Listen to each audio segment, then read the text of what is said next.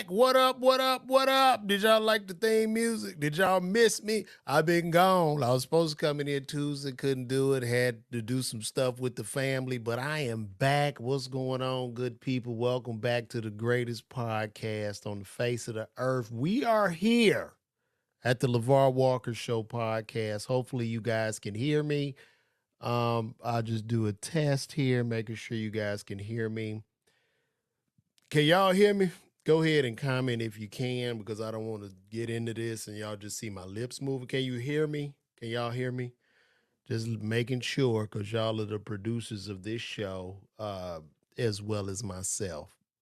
Cool. Thank you, B. B says all 8 of you are here. Thank you. I'm glad. And we're going to continuously grow. We're going to keep growing. And there happens to be 19 of you, of us in here, B. So you can get your ass out of here. And that's why you live in the basement and you wear turtlenecks with no bottoms on. And you sit there and you make comments, B. That's what you do. But anyway, what's good, good people? Yo, shout out before I get any deeper into this, man. Shout out to everybody that pulled up on the boy in Birmingham, Alabama. I was crying about the show. I was like, man, the tickets wasn't moving, but I mean, the last couple days before I got there, we sold it out. So shout out to everybody in Birmingham, everybody in Birmingham, Alabama. Thank you from the bottom of my heart for all of y'all pulling up to the Stardome, and every ticket sold. There were no comps. Everybody spent their money, then got babysitters or whatever and pulled up on your boy, man. And I mean, from the bottom of my heart, I can't thank you enough. You know, I've been doing comedy for quite some time now, and I keep going because I'm passionate about this and I have to pull through, even though I know that true talent no longer really matters and you need a gimmick. And, you know, if I was comedian Puddlefoot, I would be famous. Or, you know, if I come out about something, I would be famous. But it's okay because I'm going to keep focused on me. I'm going to put my head down and stay focused, man. And that's what it is. Yesterday, went out with the family. My son is on his spring break right now. So we just been looking for stuff to do on TikTok. So yesterday I took him to a balloon museum. They have a exhibit in Atlanta for a balloon museum. And it's like art, it's inflatable art. We had a great time. I even got into the ball. They had a ball pit. I got into the balls. No Diddy. I dove into the balls. It was just a lot of balls. And I felt like, you know what I'm saying? I was I felt like I was back in the old days of Showbiz Pizza and the old school Chuck E. Cheese. So that was great. We had a good time, and I'm gonna be posting pictures from that and figuring out other things to do. If you are in Atlanta and you have any ideas about what I could do with my son during this spring break, please feel free to DM me and let me know, because I'm popping up to various places. Today we're gonna go out and play football. We're gonna do like a 20-minute football game. You know, I've been practicing with him because he in flag football or whatever. So we've been throwing it. He getting better, man. So now we could jump into what we here to talk about. Yes, this is live. Jay from Fort Lauderdale. This is live. Um, I don't know what you talking about, B, and I'm not posting that comment because Godfrey is my OG and friend. I don't know what's going on with that. But cool. Well, let's just jump right into it, man. As you know, Kobe's family sold his championship ring. I did a little research on that. It wasn't really Kobe's championship ring. It was something like a replica ring or something. Ended up selling at auction for about $1 million. And, you know, I guess maybe his biological parents, his mom and dad, are in some type of financial stress or financial turmoil. And The conversation in regards to Kobe and his parents and why he wasn't supporting them or giving them money is a very complicated and two-way conversation. Um, on the one end, I did a little research in regards to the relationship of Kobe and his parents, and I think the rift came when he married Vanessa. They raised an eyebrow because Kobe was very young. He was famous. He was this NBA superstar recruit. And Kobe shows up with a video vixen. I'm sorry. This is how they met. She was a video vixen. Okay. Don't come for me. I'm just going for facts.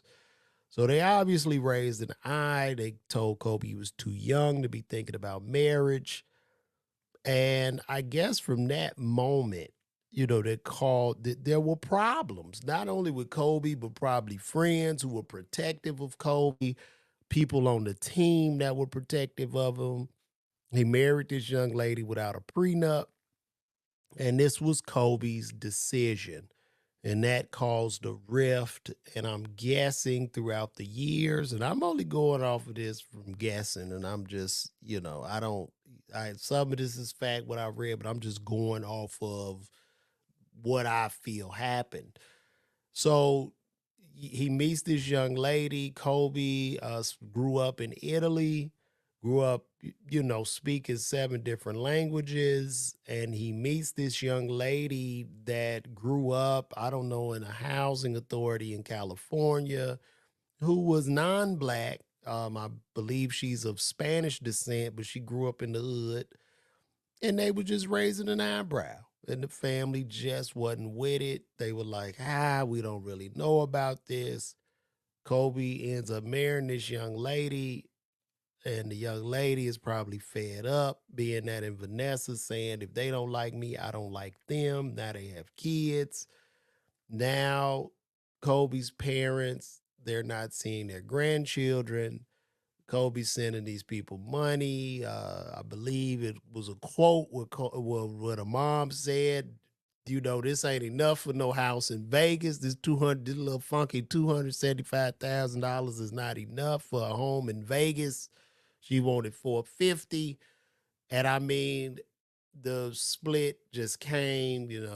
His father was never there at any championship celebrations. They weren't there at any games. It is bad. So, what did I draw from all of this? Well, first of all, I made a comment on Instagram by saying it seems like this family, Kobe's mom and dad, are in financial turmoil. And why didn't Vanessa just kick in and buy the ring? Because the Kobe, with her being the spouse that survived, the surviving widow, the Kobe bring Bryant is still making all the money, their trust in place. I mean, the Mamba, he just making so much money in the afterlife. He's still supporting his family. So shout out to that. And people started going in on me or whatever. And then I had to do my research. And, I understood. Did something happen? Man, what happened? Am I still on here? Oh, there we go. So I understood after doing my research the rift that was caused in this family, and I looked at it, and I'm going from two different sides. Number one, and this is to the parents who have a boy. I only have one son. You cannot, as a parent, if you know when these kids bring people home, right, and that they're in love with or infatuated with, that you don't think could be the right decision, like they're making a wrong decision, but the person is making that child happy. Okay. I think as a parent, you should be supportive in that situation. You know what's probably going to happen, but you want to give love, because I think if you go against this child's decision, the child will only react in a resentful way, and you telling the child, you trying to be honest, I don't know if this is the right person for you. I don't believe this person has your best interest, but they are infatuated with the person. They're going to rebel against you. And what you just did was made the bond even tighter towards that person. So I would recommend as a parent, you have to let the child live their own life. They have to bump their heads, they have to get dirty in the mud. Unfortunately, they're going to get their heart broke. They're going to receive a lot of rejection, as we all have. And I understand it's Kobe, big guy, and I had to learn that too. I've had friends that come to a lot of money who I thought I was doing the right thing by trying to protect them or get them advice, even though what I was telling them was 100% accurate and true. You end up getting into a strained relationship with that person, and it's just not worth it.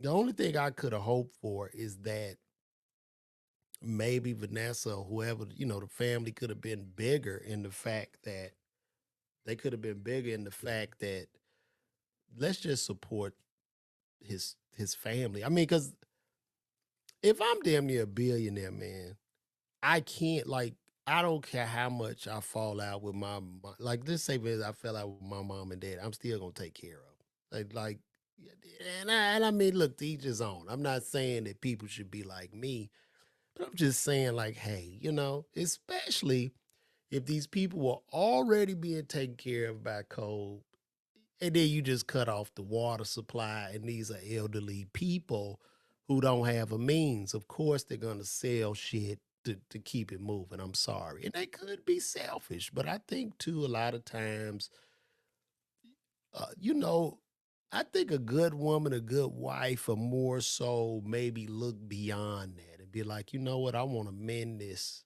I know they don't like me, but I still think it's important for you to be with to be around your family.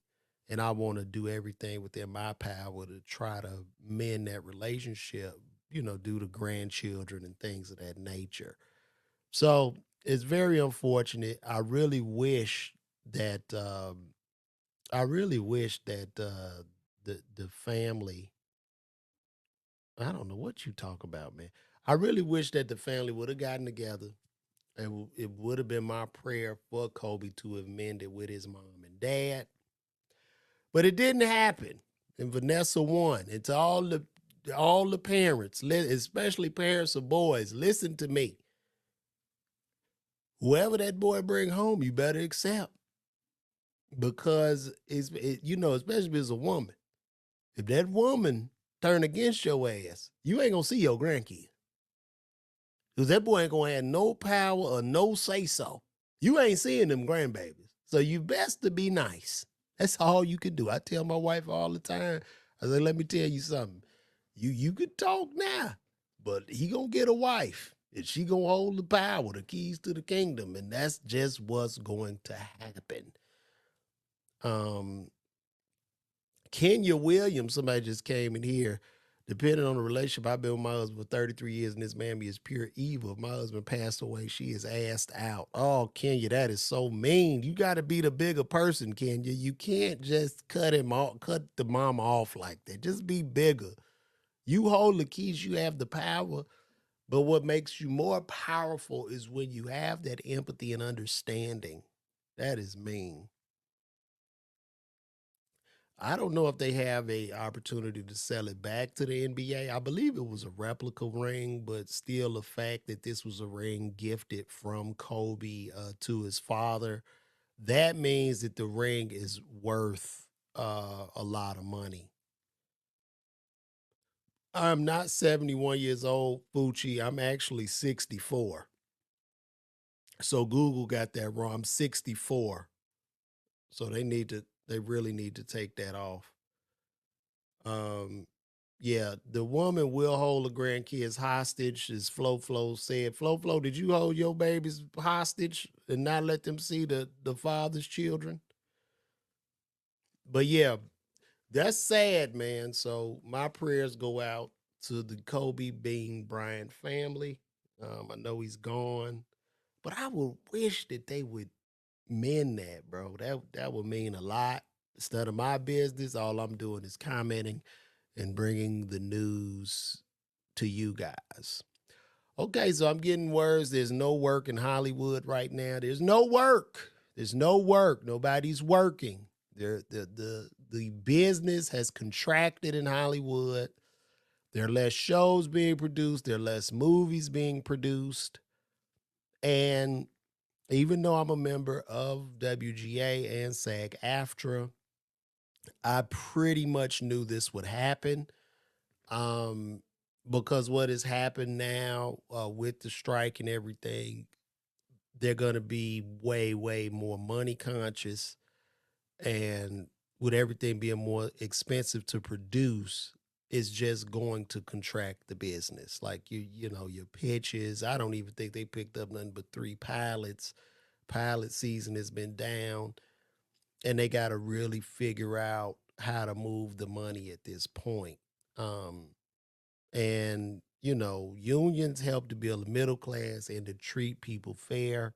So listen, I applaud them, but at the same time, there are no solutions to most of our problems in society. There are only trade-offs, and that's just one of the trade-offs that'll come with the union is contraction. Because and it makes sense, right? And I want you to, as you listen to me, I want you to think of yourself as a business owner, right? So, as a business owner, you're like a player on the football field, and the government sets the rules. They the ref or the NBA or whoever. Now, as they set the rules, you're gonna adapt to those rules to win the game. And one way to adapt and increase profitability, if you're going to increase, like for instance, minimum wage to $20 an hour, then guess what? I'm not going to hire anybody, right? And I think that every person should make a living wage. And then at the same time, I think that you are rewarded based on the value that you bring to the marketplace. Meaning, if I have a burger shop and there's one down the street and he pays his workers $4 an hour, I'm going to pay my workers $4 an hour too, because that's typically what the market is bearing. Now, when the government steps in to say, no, you're going to pay these people $20 an hour, which is going to cut into profits because restaurants already run on major thin profits, then that's what I'm going to do. I'm going to decrease my workforce to maybe one worker, even two. And a lot of these things, such as unions and things of that nature, and I understand your feelings. I understand you feel like, well, everybody should make the money and have a wage. That's feeling that that is a feeling that is you being a personal choice. At the end of the day, you want that, but you still only want to pay $3 for your burger. You want everybody to get the $20 and $40 minimum wage, but you don't want to pay the $50 for the burger. You got to make it all make sense. All right? It has to make sense. The burger is going to have to go up. And that is why right now your dollar has no spending power. And it's not necessarily because of the raises in minimum wage and unionization, but we are entering a period of high inflation. That's what's happening right now. And this is what I'm saying. It's just a trade off. So in Hollywood, you need so many writers in the room now. You did all these actors making all this money.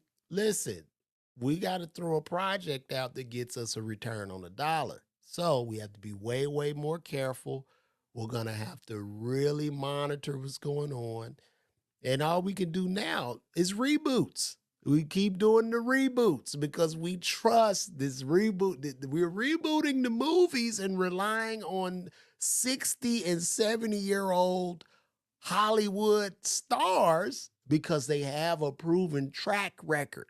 And these studios want to put their money where they most believe it will work. They want to be very, very risk averse. So we have a contraction, and now nobody's working. But you got what you want. Like, we have what we want. And as AI picks up, this is just more accelerant.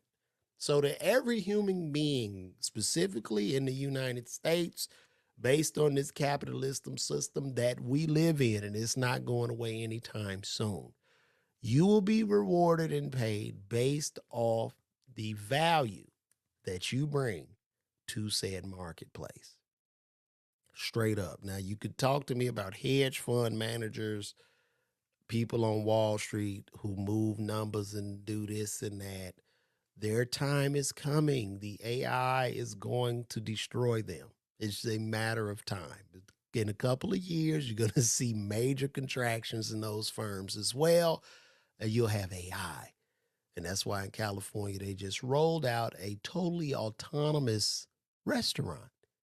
That's right, where there are robots flipping your burger, fries. You hit the button, and the burger pops up. Yo, shout out to the good brother Tony Bridges. He came in with the $20 for the love. Do you see the love? Hey,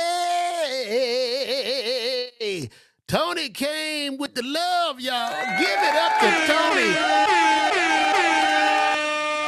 That's right, Tony. Tony came with the love. That's right. Tony came in with $20 worth of love, and I'm here for the love. Amen. Praise God. I just want to send a blessing out to Tony Bridges. And let me tell you, you have sown a seed. Look to your neighbor and say, sown a seed. That's right. Thank you, brother Tony. I appreciate that love, brother. Thank you. But yeah, this is where we at right now, guys. And matter of fact, even in pharmacy, good friend of mine, shout out Dr. Maurice Shaw, very funny brother. He does a lot of comedically related pharmacy videos on TikTok and things like that. But he's been like developing a union, helping out, pushing the union or whatever, and it's coming together. But like I said, it's always going to be that trade off, right? So the union can come in pharmacy. It will be an accelerant for automation, robots. It's just going to accelerate that because there's no union for robots. They keep working. They don't take breaks, and it's unfortunate. I'm not saying this is good. I'm just giving you the real. And one thing I'm not going to do is coddle people. I'm not going to lie to you. And speaking of that, maybe that's why, we often talk about Kobe Bryant and Michael Jordan, right? Being the two greatest NBA players of all time. I mean, Michael Jordan, A, Kobe Bryant, B, and then LeBron James is three. Um, could it be that Kobe had such killer instinct due to the isolation of him from his mother and father and nobody coming, and he just buried his head just strictly in basketball because the pain of not being accepted or not having love from your mom and dad was just too much to bear, so he became psychotic where he's able to look a player in the eye with a straight face, call him a bum to his face, and not speak to people on the team. That's what I'm saying. It's a yin and a yang. There are no solutions, only trade-offs. So hopefully everybody in Hollywood things will pick up. But if they don't, you always have YouTube, you have Tubi. Get together with some of your people, and we have to put ourselves in ownership positions. And I'm saying this to all the comedians, actors, rappers, whoever, man. We got to put ourselves in more ownership positions because that's the only way to go. It is based off value that you bring to the marketplace, and putting yourself in that ownership position, it will be hard, it will be difficult, but your learning curve and how you're using your time should be able to propel you forward. So we're going to keep moving right along, man. I want to say this, man, because a lot of people, y'all keep, and this is to my black people, P. Diddy's problems are not the problem of the black community. People, this is not a black people fucking problem.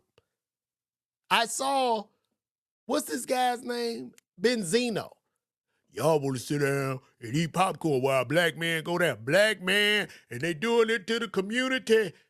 No, this is not a community. You did not see white people hold hands and start fucking protesting when they took down Epstein and Weinstein. You did not see that happen. And Epstein and Weinstein are part of one of the most powerful communities on the earth. And they did not one time pick up a sign. They did not say anything. There's a thing called, listen, I don't know if Diddy, whatever Diddy did, okay? There's a thing called consequences. This is not the fight of the fucking black community. And y'all got to stop saying that shit because it's condescending. And I don't understand why every time in our community, people want to come to the assistance and to the aid of the biggest perpetrators. And I'm not calling Diddy a perp. I'm talking about the mindset of us, right, throughout time, growing up in the hood. You want to protect that street nigga that's kicking your dough in. You want to protect the nigga, he the realest nigga because he done killed other black people. You want to protect for whatever fucking reason. We got this mindset of protecting these niggas and you can't. You can't. That's why the community's fucked up. That's why everybody living in fear. Get this nigga up out of here. This is what has to, that's what has to happen. Like this whole thing, you want to get Dr. King, nigga? I ain't going to protest for that shit. No. And I bought the Ciroc. I drank the liquor. I drank it. We were all drinking the Ciroc. We was all Ciroc'd up, man. Matter of fact, I never forget this. My first time drinking Ciroc, man. I almost died. I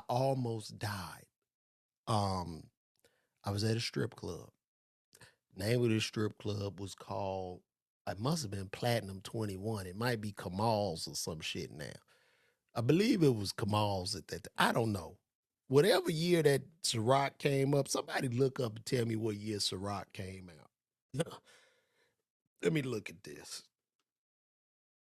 I'm going to tell y'all this story. Ciroc came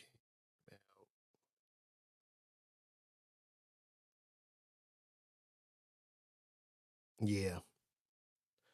So Ciroc came out at 03. I'm going to say I must have went through this shit. It must have been 04, 05, something like that. So Ciroc comes out. I meet my friend down at the strip club. It's me. I wasn't married at the time. My wife, my girlfriend. We all meet at the strip club. And he got the section. And he has bottles of Ciroc on the table. Strip club packed. I start drinking the Ciroc like Kool-Aid. And I'm just like, yo, ain't nothing happening. Nothing is happening. After about 20 minutes of drinking this shit, I just turned into the devil. Like, literally, I was sitting there and it was like I came out of my body and I was sitting on the side of myself as the devil. And I looked at me and I said, hey, you a comedian? Go up there. Tell that DJ to give you the mic so you can just start talking. And I looked at that devil. I said, you are absolutely right. I am a comedian. I need that mic.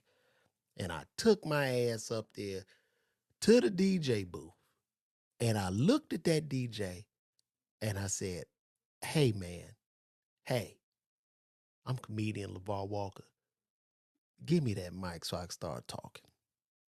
That DJ looked at me. Look, he looked at me 1 second and said, security, come get this nigga. Listen, as I'm up there and I'm peering out, I start to see the bouncers coming. And these were very, very large men. They looked like gorillas, just gorillas. They had all that equipment on. I'm talking about they had on the bulletproof vests. They had parachutes on, all the guns. They're coming to get me. And one grabbed me behind the back of my head, okay? And he walked me out. Now, what they do to drag you out, no matter how fast you walk, they want to walk a little bit faster to drag your ass up out of there. So I'm literally running, but he's running faster than me. So now I'm drunk, I'm faded. I walked past the table where my future wife and my friends are sitting, and they're like, "What the hell is happening?" They walk me out. I'm so drunk. Let me tell you how drunk I am. I'm out there. I look at all the bouncers in the face. I say, "Yo, man, this is what I did." I say, "Yo, man, I'm an attorney. All right, understand this shit right here. If any of you niggas fuck with me, this bitch will be a Waffle House in the morning." This is this is what I said. By the grace of God, my friend had to pay these bouncers out of his pocket from kicking my ass. And I didn't even know that he was out there giving them money to stay off of me. Had he not been there, I wouldn't be having this conversation. I'd probably be in the hospital or something. But that was my first encounter on the Diddy juice. But that was a time I was in a dark space.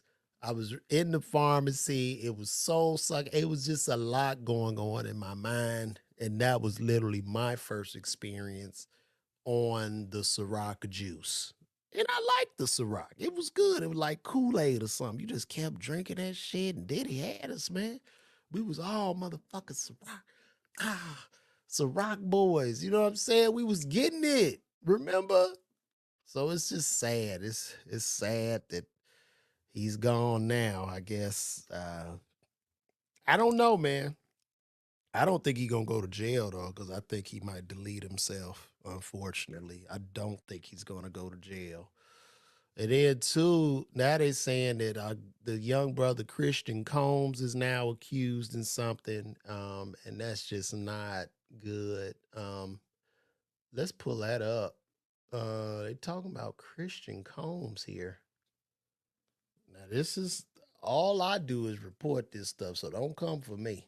Any rappers, anything get offended by anything I say, I will call the police and sue you. I'm always like I promise you, you will go to jail fucking with me. I promise you. I have no problem. Then I go on stage talk about the shit, and you gonna feel some kind of way. But don't come for me. I don't play that shit. I'm whatever you want to call me, nigga. But you gonna go to jail fucking with me. I'm about to do a podcast called "You Gonna Go to Jail Fucking with Me." Let me see here.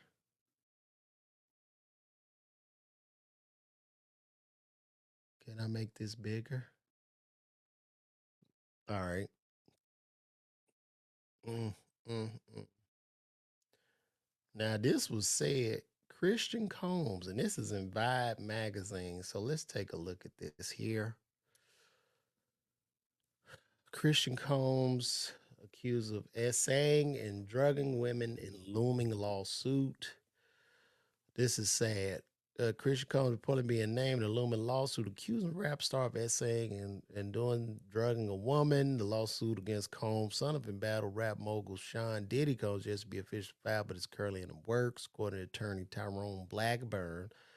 Identity of Combs' alleged victim has yet to be revealed, and details surrounding the reported suit are sparse. While Combs has yet to address the allegations directly, he recently shared a post on social media that read, "Stop the cap," although he didn't give context to what or whom he was referring to. The rapper, who performs under the stage name King Combs, has been romantically linked to multiple women during his time in the spotlight. Combs dated his girlfriend Bria, currently dating Raven Tracy. Claims made against Combs have been described as serious and thrust him into the vortex of shocking claims. Blackburn was privileged to present clients in litigation against celebrities such as T.I. and Tiny, as well as Nicki Minaj. Kenneth is also the attorney for Rodney Little Rod Jones. Very, very sad. And this Tyrone Blackburn, I hope you are not taking these cases for clout. Not to say that he did or did not do any of these said allegations, but who knows? It's very, very sad, man. So I don't know. I don't know. I'm not here to necessarily. I don't want to be overly judgmental because this is a young man. It would be very easy to say that he learned this behavior from his dad. I don't know. But based on a lot of stuff that they have in the files against P. Diddy, his family, somebody asked a great question. And that great question was, is flying women out now considered as trafficking? Well, let me change this. Hold on. Is flying someone out? There we go. Yeah, somebody asked that question.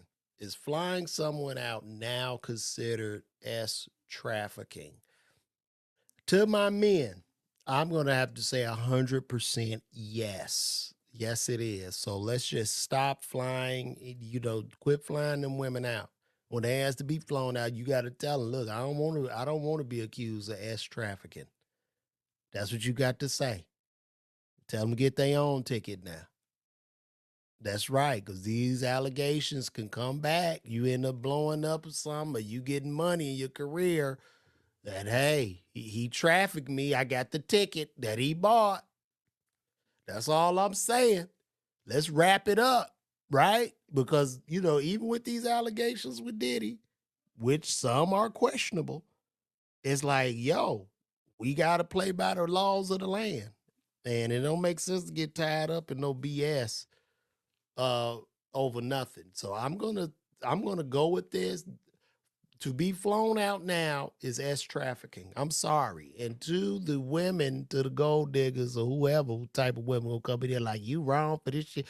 Nah, it's true. It's true. So I don't know. I don't know.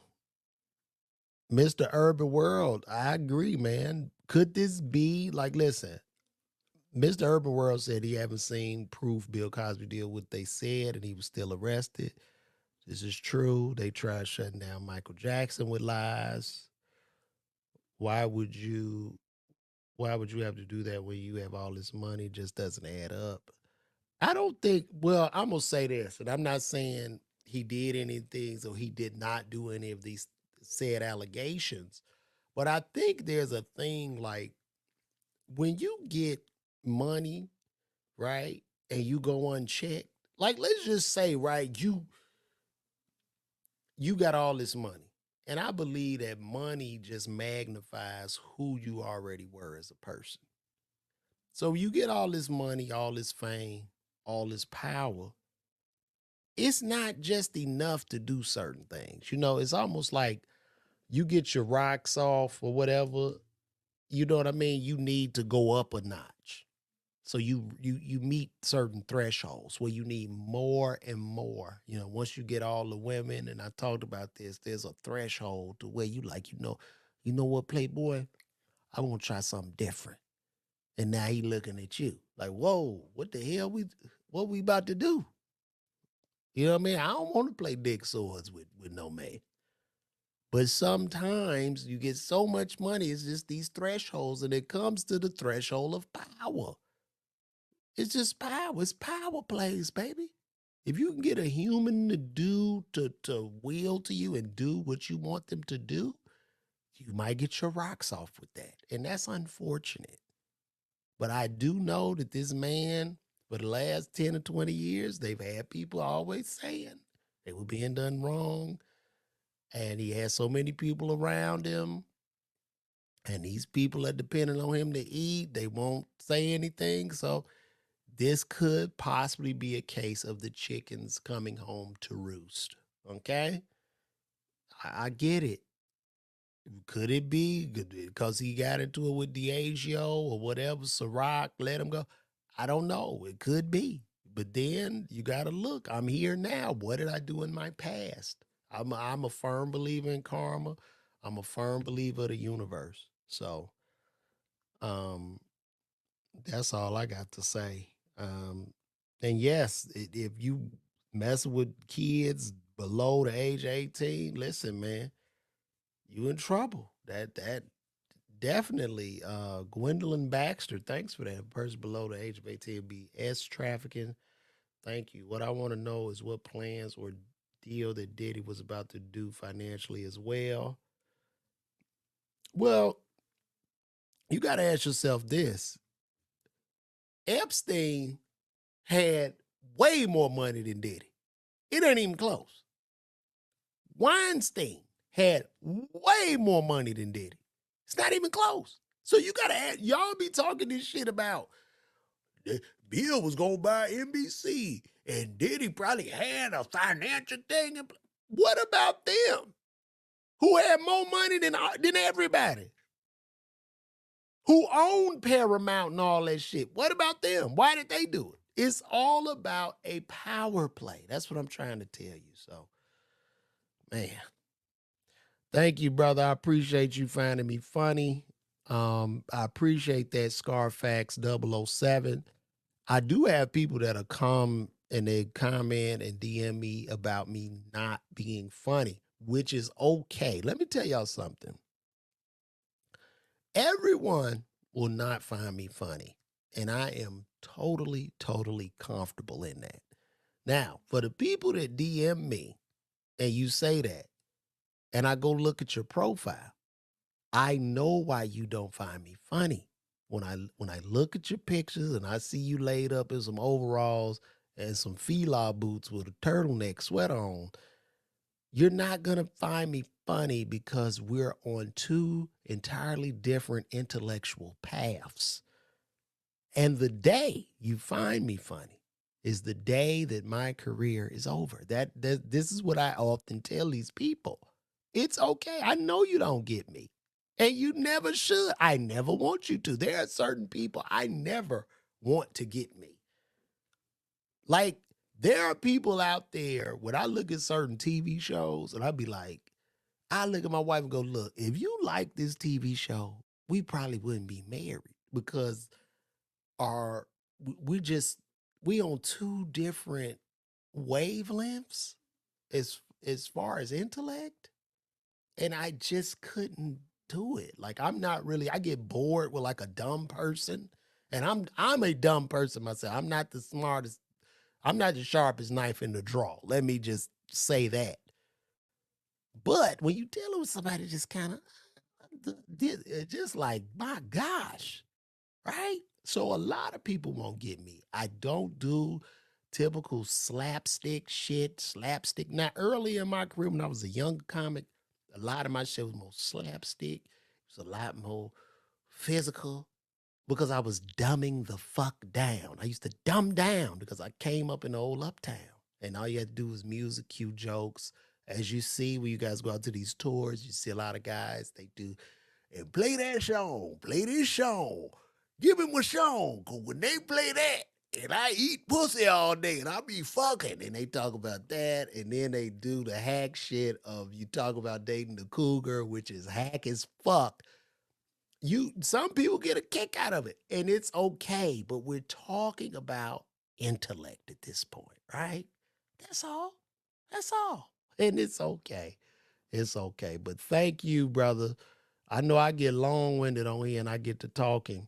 But yes, brothers, now I'm putting it down right here on the LaVar Walker Show podcast today. Flying somebody out is now considered sex trafficking.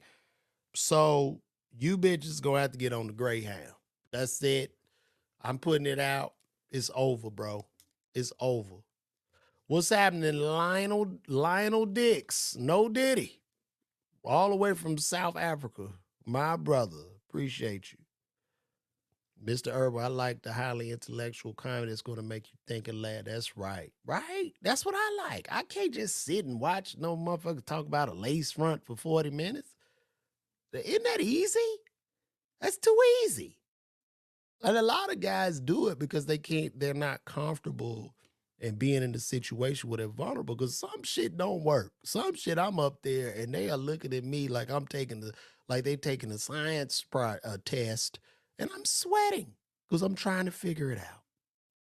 So I'm going to be in VA soon, man. I don't know, man. I'm trying to figure it out right. Oh, I'm sorry. I will be in VA soon. I don't use the word try anymore. I've gotten rid of that in my vocabulary. But I'm sure one day I will be in VA.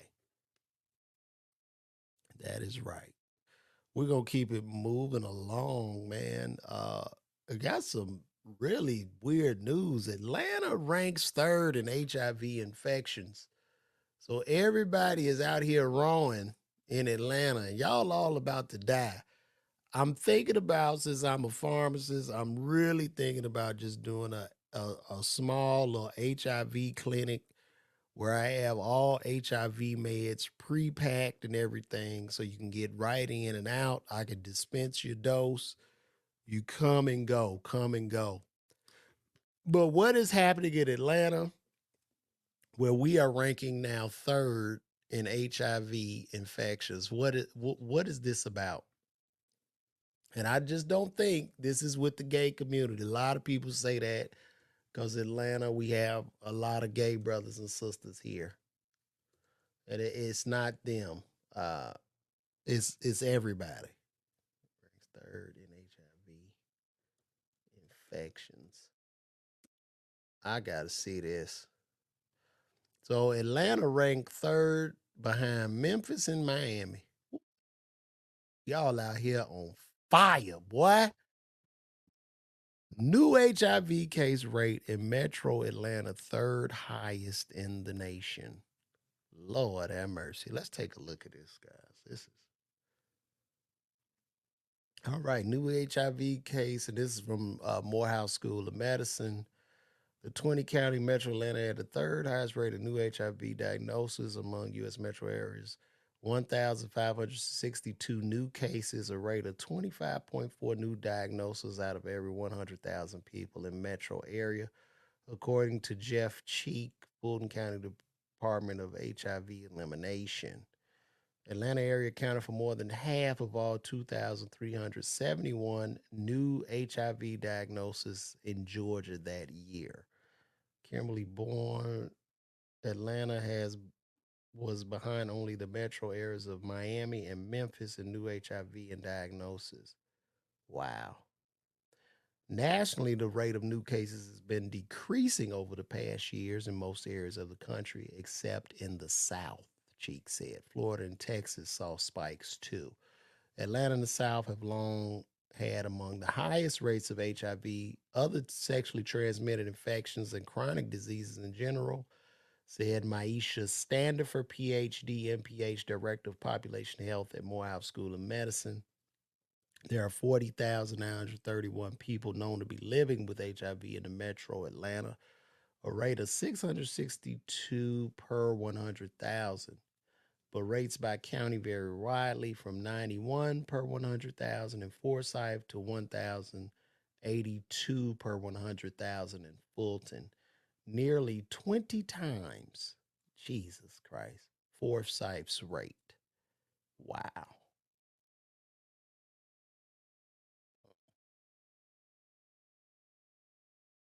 1,800 per 100,000?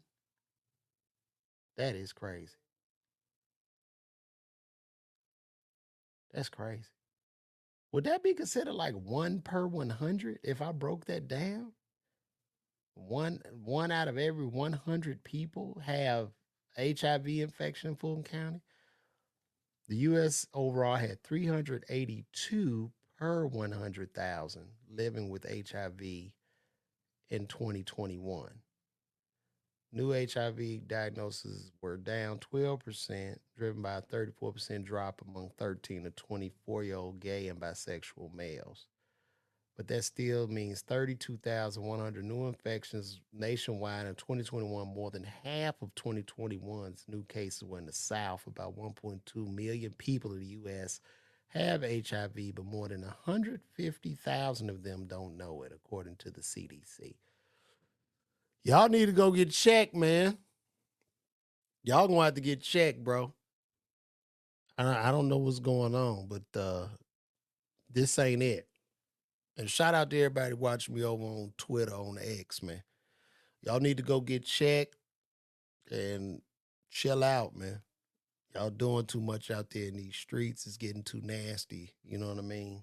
Uh, that's wild. Now, how can I help? I want to know, how can I help and also profit off of this situation? What can I do? Should I start like a small clinic? uh, where you guys could just come. You don't, you know, I be in the dark or something, and you pull up, and I give you the meds through a little window. You just see my hand or something as I pass you out a HIV pack, or we could do HIV prophylaxis packs where you could just pop the pill before you want to go raw. We might be able to do that, but this is a serious issue, and we got to get it in line. See, I'm married. This should increase marriage rates because there's shit out there, man. You don't want to wake up coughing one day and now your ass got it. But could it be that like HIV now is like the new herpes? Would anybody agree? Because especially when COVID came out, HIV and AIDS really wasn't shit. Like COVID had taken over and dominated, and we didn't even care. Tab, do you work in the nursing home? Tab, are you working in the nursing home? I heard the nurse they fucking in the. I mean, listen, if I'm in the nursing home and I'm 80, I really don't care if I get AIDS. I'm just gonna be honest. I'd be in that mother. I wouldn't care. Give me everything. I'm in my 90s. Shit. Take me to the king. Take me to heaven on fire, baby. Take me to heaven on a rocket. I don't give a damn. Y'all can't hear me? I got this shit turned all the way up. What do you mean it's low volume? Hello? You want me to? I know y'all can hear me, man. Come on. Yeah, the married ones, yeah. Be married men out there getting it in. They be out there getting it in. So we got to do something about that, guys. I'm gonna need y'all to call me. Call me if you got AIDS, and we try to get you. No, I'm just bullshitting because I don't want y'all. I ain't nothing I could do. I'm not in the pharmacy right now, so don't call me if you got the shit. Okay. So we go. This is my last topic. Conjoined twins got married to an army veteran, and I listen. We need to talk about this. This was very interesting to me. I'm very happy that this man has found love. But let's take a look at this. Very interesting.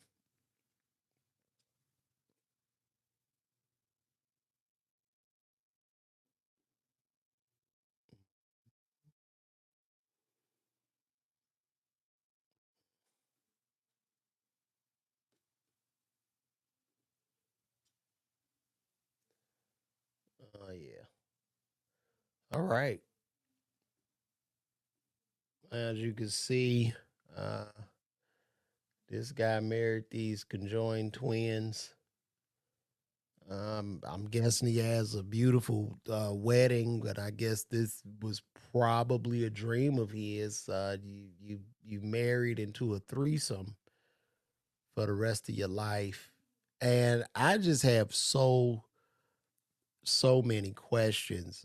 Number one, if he's to get a divorce, I mean, do they split everything in a third, like 33 and a third? That's number one. Number two, if one of them asleep, do you wake the other one up? I just have so many questions. And then two, listen, I'm not knocking this guy, very happy for him. But just imagine like when they go to Thanksgiving dinner or Christmas or whatever, you gotta sit there and pretend you don't even see conjoined twins. You're gonna have to people are gonna have to sit around, and you just can't speak on the elephant in the room like it because it's gonna be rude. It's gonna be rude. But what'll be most interesting will be the children that are gonna be there at those cookouts, and they're gonna holler out, "It's a monster!" And then the adult gonna go, "That's not nice." And then that adult is gonna have to explain to that child what they're looking at. This is quite weird. Um, I'm not judging this guy, but I'm just not into two-headed monsters. I don't mean to call them monsters, but I'm just not into dating like a fuck. It's just weird. I don't know, but I know they probably give them fire ass head. That's probably what got him that head. Boy, when he got that head, ooh, boy, that head on them. Could you imagine getting some head? Look at that. Come on, man. That's what I'm saying. And look, ladies, it's never listen, I'm gonna say something. These you see they got married, these two the Siamese twin, these conjoined twins found a husband. And you can't. It's you. Look in the mirror and say it's you. And take some accountability. If they found love and a good husband, he a retired military veteran. So they getting a nice check over there. And you sitting at home, it's you. You got to accept some accountability. You done ran everybody off. Imagine if they your friends, they talking about they going to be with their husband, and you like, girl, I can't find nobody. They found him. And they need to do a show to help women find love. I believe that these conjoined twins should now do a show to help women find love. And they could title the show It's You. Right? We have two heads on one body. And we found love. And they share a coochie and found love. Look at that. Now imagine, look, why does he have to marry both? Could he just, one of them might not like him though. One of them might not even like him and she just had to go along because they in one body, bro. You know what I'm saying? And I think it's selfish. I think like there should be another man that is allowed to be married here because I see two people. I'm not going to judge them as one. And that's not right. And I don't think the organization of Siamese twins would want anyone to label them as one person. They are two totally separate people that share one body, one coochie, one uterus, two kidneys. They share that together. But they need to make this guy is selfish, and I think a black man should marry one of them. That's what I would want to see. A brother needs to come in there and you know what I'm saying? And I want to read that marriage license because that's not fair. These women, they're two different people. It's amazing they found love. Abby, shout out to Abby Hensel and Brittany Hensel. They found love and they married Josh Bowling. Wow. Could you imagine being a black person and bringing them home to the family? This is why shout out to the white people. Y'all are so accepting. I couldn't imagine bringing them home to my mama. Cause oh shit, what the hell? Oh Lord, I can't believe this. What's going? Can I talk to you? Listen, if I was to bring these twins home, my mama would have pulled me to the. Could you come here for a second? I just want to talk to you. They'll pull you to the side in the kitchen. You have uncles. You could not bring them home to a black family. It'd just be too much. It would do too much damage to them mentally and emotionally. And or maybe you could bring them, but maybe you had to put a bag or something on one of them face so that they don't know. But this would be too much for black people to. It's just not. We've been through with too much pain in our community, and we've been through so much, and we just it's just no way. There's no way. There's no way. But I tell you what, I done figured out a million jokes for this. I'm just gonna do this. I'm gonna do a bit on them for an hour where I don't stop. I'm gonna keep going and just stay on that one topic. I think that'll be great. Yeah, your ass getting roasted. That's right, Tab. They gonna tell, man, please. Both of them twins will be crying. Matter of fact, it'll get so bad, I think that one of them will just walk away. They'll just set their bodies will separate right there at Thanksgiving one day, and one of them will leave and get in the car and drive off. And oh God, this is bad. This is bad. I need to stop. But they need to be identified as two different people. That's all I'm saying. Well, guys, we've come to an end. We've come to an end, guys. This is going to be the end of the LaVar Walker show podcast. Thank you guys for tuning in. Shout out to everybody on Twitter, man. Twitter been coming in heavy lately. Shout out to everybody at LaVar Walker TV on the YouTube channel. Shout out to you guys. Shout out to everybody on Facebook. LaVar Walker comedian page. Thank you all for the love. But this is it. We here. Y'all got any questions for me before I leave? They're not gonna let them do this on SNL, Grace. They ain't doing that on Grace. You look like Grace, you look like you make some good greens. I'm gonna tell you that right now. Now, Grace, you look like you can get down in that kitchen. Look like that smothered chicken be off the chain, Grace. But no, they're not gonna let them do that on their SNL. No. It'll be too much to bear. This ain't the 90s. But anyway, listen, guys, my name is LaVar Walker. Once again, thank you guys for tuning in. And this has been another episode of the LaVar Walker Show Podcast. See you soon.